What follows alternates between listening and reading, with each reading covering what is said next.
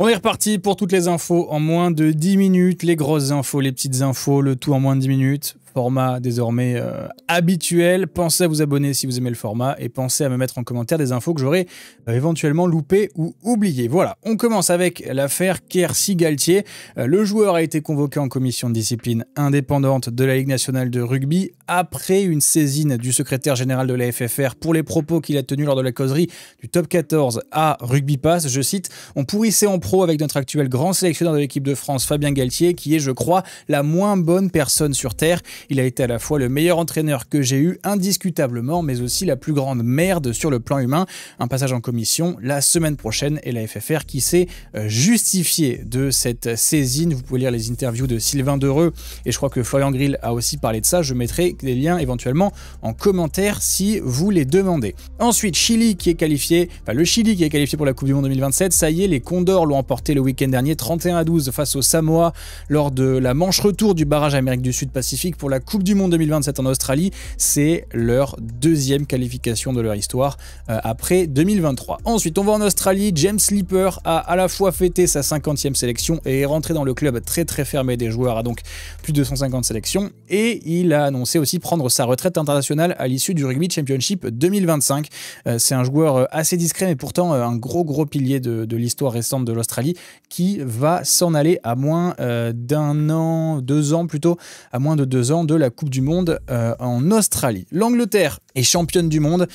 Ça, c'était le week-end dernier. Vous l'avez vu, victoire 33-13 contre le Canada en finale. C'est la 3e Coupe du Monde remportée de leur histoire. Et dans l'autre match, la petite finale, la Nouvelle-Zélande a remporté la médaille de bronze en battant la France 42-26. On reste sur cette Coupe du Monde avec les World Rugby Awards puisque les titres féminins ont été décernés. Sophie De Goede a été élue meilleure joueuse de l'année. Braxton Sorensen-Maggie et la révélation de l'année, John Mitchell est l'entraîneur de l'année. Il y a aussi la Dream Team de l'année avec la présence de Johanna Grisé, je vous le mets à droite. Et pour les autres titres, je crois que Dan Carter a reçu le World Rugby Awards du mérite, je crois que c'est ça le titre.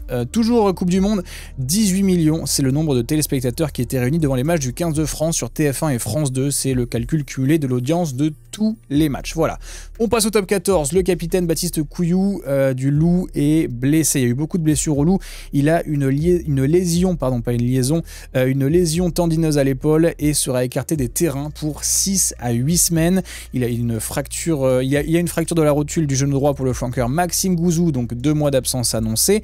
Et la sensation fidjienne du début de saison, Youssef Omassi, s'est déchiré un ischio et il sera également out pour 2 mois. C'est des très mauvaises nouvelles pour Lyon qui malgré tout récupère le centre Josiah Marakou, donc c'est bien, ils échangent Massi pour Marakou et Arnaud Botta qui revient aussi de l'infirmerie, donc ça va pallier la blessure de Maxime Gouzou, mais il y a quand même la blessure extrêmement chiante du capitaine Baptiste Couillou. La menace de grève à Grenoble. Alors, c'est une longue histoire, c'est un des feuilletons de la semaine. Le coach isérois Nicolas Nadeau a été mis à pied à titre conservatoire mardi matin, selon les informations de Rugbyrama. C'est une décision qui a été prise après le match entre Grenoble et Brive le week-end dernier. Il avait tenu des propos virulents envers le médecin officiel du match pour un remplacement sur saignement qui n'avait pas pu rentrer, qui avait un petit peu perturbé la rencontre pour Grenoble. Mais le médecin officiel du match avait fait un rapport auprès de la Ligue nationale de rugby et donc décision du président du FC Grenoble de la mise à pied de l'homme du staff. Dans la foulée, le groupe des joueurs extrêmement mécontents parce qu'ils sont très proches de Nicolas Nadeau, ils ont refusé de venir s'entraîner mardi, donc c'est ce qu'annonçait l'équipe, et ils menaçaient également de faire grève pour la réception de Provence Rugby vendredi, donc aujourd'hui. Et un match qui compte pour la 6e journée de Pro D2, bon ce sera pas le cas, ils ont accepté de jouer et Nadeau est passé ce matin en entretien. Alors c'est pas préalable à licenciement, mais c'est juste un entretien pour connaître sa sanction que l'on aura dans les 48 heures qui suivront la décision, enfin l'entretien pardon, et donc on aura la réponse probablement à la fin du week-end pour Nicolas Nadeau. Les nommés de la nuit du rugby, je peux pas tous les donner parce que ce serait trop long, je les mets juste en défilé quelque part sur l'image. Vous pouvez mettre sur pause si vous voulez les voir précisément, mais on a notamment Jack Willis et Cyreli Makala et Thomas Ramos qui sont nommés pour le titre de meilleur joueur de top 14, et pour le titre de meilleure joueuse de l'Elite 1, ce sera entre Charlotte Escudero, Émilie Boulard et Madou Soufal Raclo. Voilà. On revient en top 14. Enzo Hervé a été prêté à Castres jusqu'à la fin de saison par le RCT. C'est une bonne nouvelle pour Castres parce qu'ils ont perdu à la fois Poplin et Lebrun sur des blessures plus ou moins longues, et donc ça permet d'avoir un vrai 10 à Castres avec un petit peu d'expérience. Voilà. En URC, l'URC a repris, et la semaine dernière, le Leinster a pris 35-0 contre les Bulls. C'est tellement historique que c'est la première fois depuis 2008 que le Leinster n'a pas marqué de points dans un match. Et c'est quand même assez historique pour être souligné. Voilà. Ensuite, World Rugby a sorti des directives santé. Alors les nouvelles directives stipulent que les joueurs doivent ne pas disputer plus de 30 matchs au cours d'une même saison ou 6 semaines consécutives de match. Donc tu fais 6 semaines de match, 1 semaine de pause, et tu peux refaire 6 semaines de match. Ils doivent bénéficier d'une pause de 5 semaines pendant l'intersaison. Donc ça, je ne vais pas vraiment vous en expliquer. Avoir droit à des périodes de repos minimales d'au moins 1 semaine s'ils sont sélectionnés pour des rencontres internationales. Donc ça veut dire que si le joueur joue le samedi, je sais pas, 13 décembre avec la France, enfin 13 novembre plutôt, et que le week-end prochain, le week-end d'après, le 20 novembre, il y a un match du top 14 avec son équipe, il devrait être au repos et ne pourra pas jouer ce match. Et la dernière directive, c'est de bénéficier de 12 semaines sans contact chaque année, et ça je pense que c'est en rapport avec les commotions et la santé du cerveau. Alors toutes ces directives, elles sont pas obligatoires, mais c'est une espèce de plancher, on va dire, pour les nations qui n'ont pas de directives santé. Donc par exemple le top 14 en a, la Pro D2 en a, donc ces directives de World Rugby elles vont pas prendre le pas sur celles du top 14, mais c'est simplement que c'est des recommandations avec des études scientifiques, et si la LNR veut adopter entre guillemets ces directives, elles peuvent le faire et prendre en compte ces recommandations dans leur statut, dans les règles en gros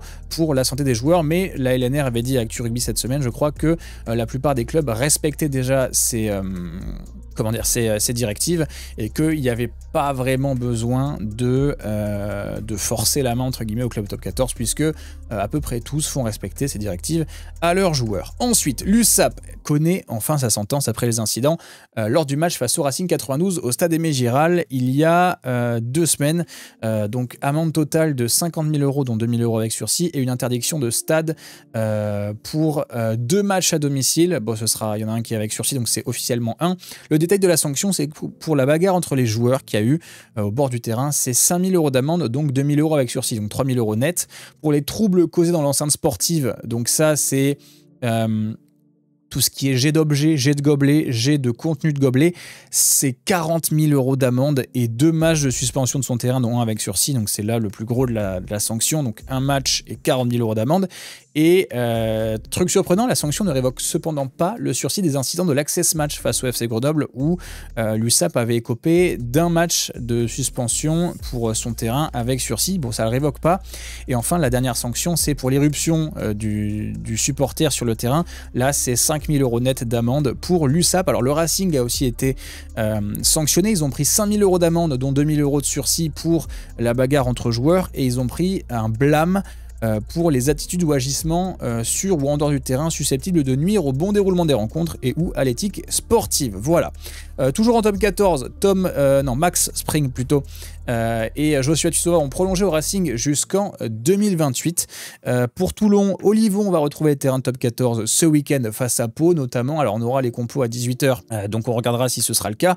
Et ensuite Lyon va être privé de leur ouvreur Martin Méliande, qui a été suspendu 3 semaines pour un plaquage en fin de rencontre face au Stade Français il y a plusieurs semaines. Donc ce sera 3 semaines de suspension et 2 s'il réussit le Coaching Intervention Programme de World Rugby. Vous savez, ce truc qui permet de mieux apprendre à plaquer, et si tu fais le programme correctement, tu as 1 semaine en moins sur ta sanction. Ensuite, Newcastle limoge leur directeur de rugby, Steve Diamond. Ça c'est une décision assez inattendue parce qu'il avait vraiment apporté beaucoup au club, notamment quand le club était dernier de Premiership.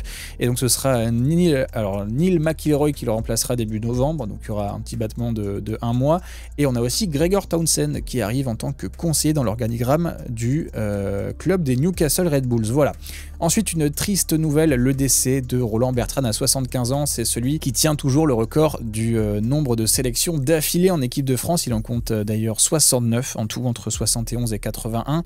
Et il est également passé par Toulon et surtout le stade Bagnerais à Bagnères de Bigorre. Ensuite, une info prolongation, les 2 espoirs de l'ASM, Léo Michaud et Baptiste Véchambre, ont prolongé dans la durée avec le club Puy-de-Mois. Donc Ça devrait être un contrat de plusieurs saisons probablement, même s'ils n'ont pas dit jusqu'à quand il prolongeait.